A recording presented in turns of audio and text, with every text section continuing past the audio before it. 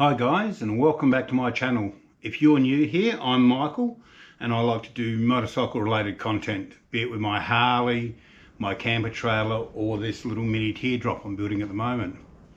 So part 2 of this little build, still continuing with the chassis.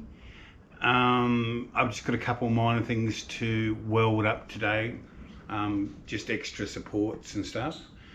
I've made a base slide out for it, and what I'm going to do today is start doing the verticals on the main chassis part, not the slide out, because until I have the whole frame made up, I don't want to do the front. I've spoken to some local engineers the other day about doing my bends for me. I just need to make a template up. My mathematical equations I think was a little bit too confusing for them. So just asked me to make up a template, which is easy enough to do. So we've basically got the main chassis done. This is the slide out section that needs to be finished off. So when it's fully extended, it goes out to about there. I only really gain about 450 mil.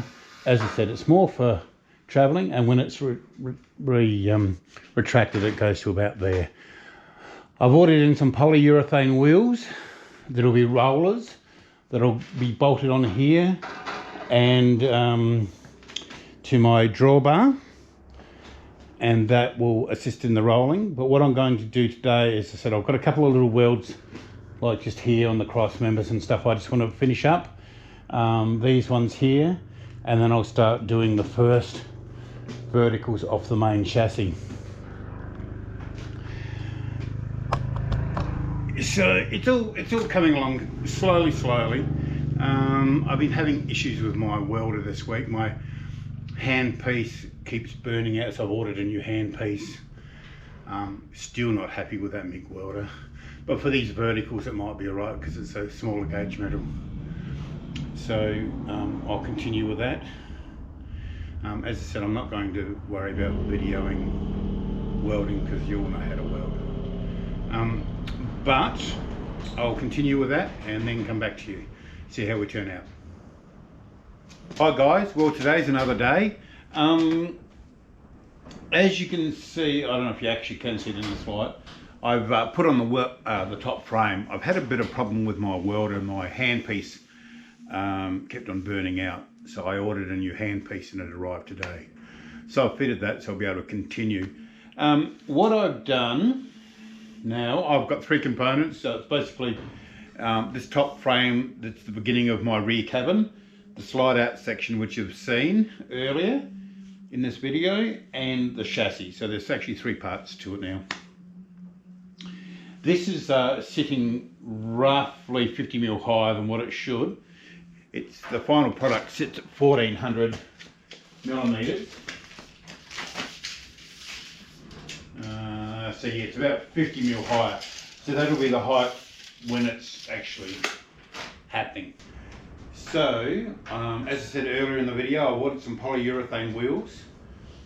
I've also gone through, I went up and spoke to the local engineers. I didn't particularly want to buy a pipe bender. I've only got a few simple bends, but there's quite a few of them, and it was starting to look a little bit expensive, so I've gone and bought myself a manual square tube bender, which should arrive later this week, which will make the rest of these bends. As I said, there's like a 90-degree bend here over a 550 radius. There's the door arches have a bend in them. There's 3 along the front, 2 along the back, plus the arch of the door and bits and pieces. So there's quite a few bends, and it was going to work out a few $100s for them to do the work, so I just bought this bender. I think what I was describing to these guys was a little bit confusing for them as well, which didn't help. Unless you're actually a part of this build, you wouldn't really understand what's happening. Today's going to be a short video. As I said, there's not a whole lot I can do. I'm going to clean up my workbench because I've got so much shit on there at the moment. And with this pipe bender coming, it's just not going to fit. So as I say always, if you like this sort of content, give us a like and thumbs up. Don't forget to hit the subscribe button. Today, as I said, will be a short video. It's just basically showing you the progress where I am. I'm still having to just put a little bit of Galv paint and stuff on it because of the moisture content. It's freezing here at the moment. And with the COVID lockdown, nothing's happening. You can't go anywhere, you can't travel, and so everything's taken so much longer to do. I've made an inquiry. These slipper springs I've got, I don't know if I'm going to go with that. I still may, but I've made an inquiry about getting these torsion springs. I don't think they're trading at the moment because they're not an essential service, so I haven't heard back from them, but it's only costing me an email to find out how viable it is. I think they call it a dead end spring, where it's not on a full chassis, it just bolts separately. And if that happens, I will have to bolt in another piece of steel, weld in another piece of steel for the second plate to bolt to. There's 2 outer and 2 inner for torsion springs.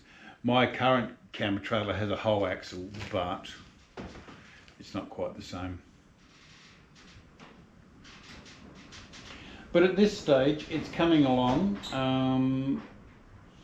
I can't really do a whole lot more until this pipe bender comes and I start doing this rest of this section. I can probably, cut the metal out and get ready for it and stuff, but we'll see how we go. So I might leave this video for now. Until next time, as I said, give us a like and a thumbs up, and I'll keep you updated with what's happening. So until next time, bye for now.